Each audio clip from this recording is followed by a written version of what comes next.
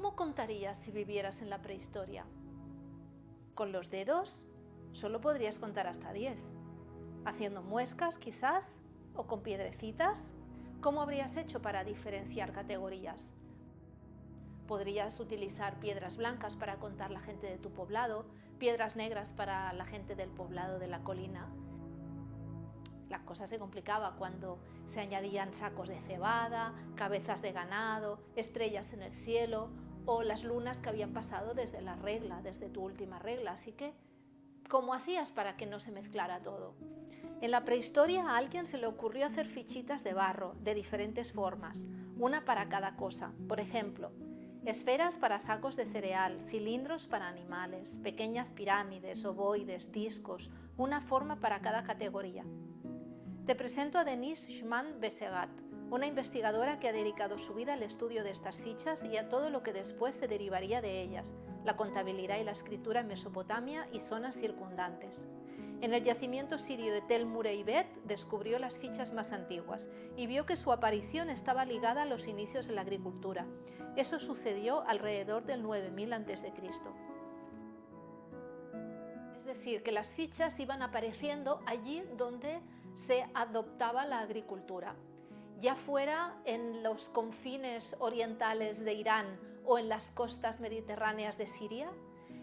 Por todas partes estaba ese complejo de fichas, en lugares donde los sistemas constructivos no tenían nada que ver, las tradiciones cerámicas eran diferentes, las industrias líticas completamente diferentes, pero las fichas eran iguales. Es decir, que las culturas lo que hacían era integrar ese sistema con todo su significado, lo cual lleva a pensar que era realmente muy eficaz. Durante 5500 años hubo avances espectaculares en la tecnología cerámica, en la arquitectura, en la domesticación de nuevas especies, pero las fichas continuaban iguales. Todo ese tiempo se utilizaron las fichas para llevar la cuenta de los productos del campo, ovejas, sacos de cebada, madejas de lana. Y entonces algo cambió. Las fichas empezaron a diversificarse cada vez más. Y eso sucedió a la par que surgían las ciudades. Estamos hablando del 3200 a.C. En Uruk, por ejemplo, se cuentan 16 tipos de fichas con 241 subtipos, y lo mismo sucede en la ciudad de Susa. La vida urbana y el comercio complican la contabilidad porque hay recipientes de todos los tamaños y contenidos, collares de muchos colores, vestidos bordados, brazaletes, jarritas de perfume, mercancías de todo tipo, origen y destino. Así que, además de las fichas simples, aparecieron otras más complejas con incisiones y agujeros. Las simples continuaron usándose para los productos del campo y las complejas para los productos manufacturados en las ciudades. Y también aparecieron las deudas. La doctora Schmann-Besegat ha dedicado su vida entera al estudio de todo este sistema de fichas, pero además de fichas ha encontrado otras cosas muy interesantes, algo parecido a esto, una bola de cerámica que cuando la agitas suena. ¿Por qué? Porque tiene fichas dentro. Si le enviabas a alguien 2 sacos de cereal y 2 cabras, colocabas dentro de la esfera esas fichas antes de cerrarla y la almacenabas para tener un registro. Y si eras un funcionario del templo, o funcionaria, quién sabe, encargado de controlar las deudas de un determinado territorio, lo que hacías es que con tu sello cilíndrico, todos los funcionarios tenían un sello cilíndrico, marcabas la superficie todavía fresca de la bola,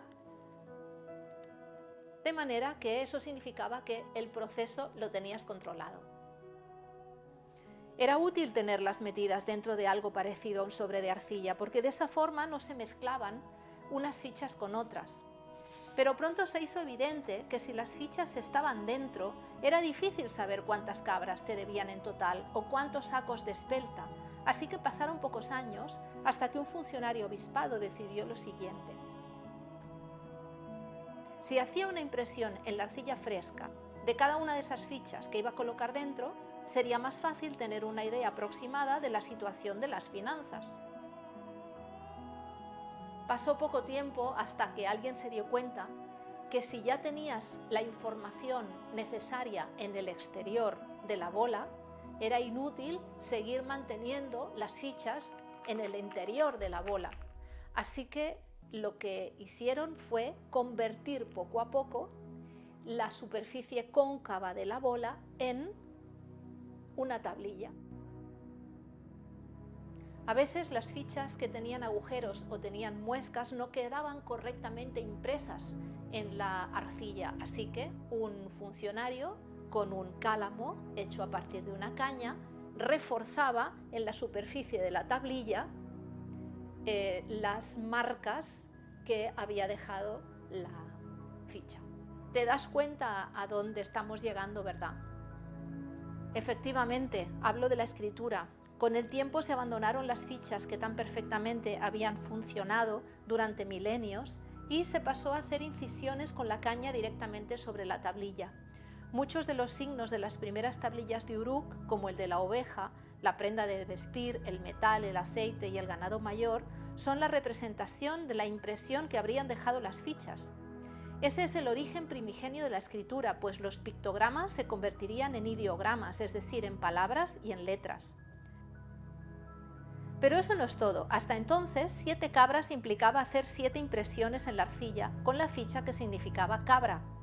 Hubo alguien muy brillante, quizás el tataranieto o la tataranieta del avispado, que mejoró el sistema y utilizó la forma de las fichas simples para inventarse los numerales en abstracto, y las fichas complejas las reservó para el concepto saco de espelta, jarro de cerveza, lingote de bronce, etc.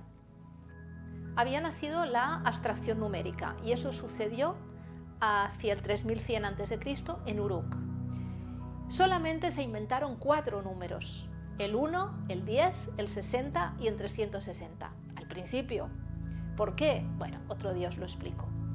Lo que está claro es que la escritura no es una invención puntual de un genio individual que un buen día se levanta, o una genia, que un buen día se levanta por la mañana y dice, voy a inventar la escritura. No, la escritura es un complejo proceso que arranca del Paleolítico, que se va adaptando a las necesidades que tienen las comunidades y es un proceso colectivo.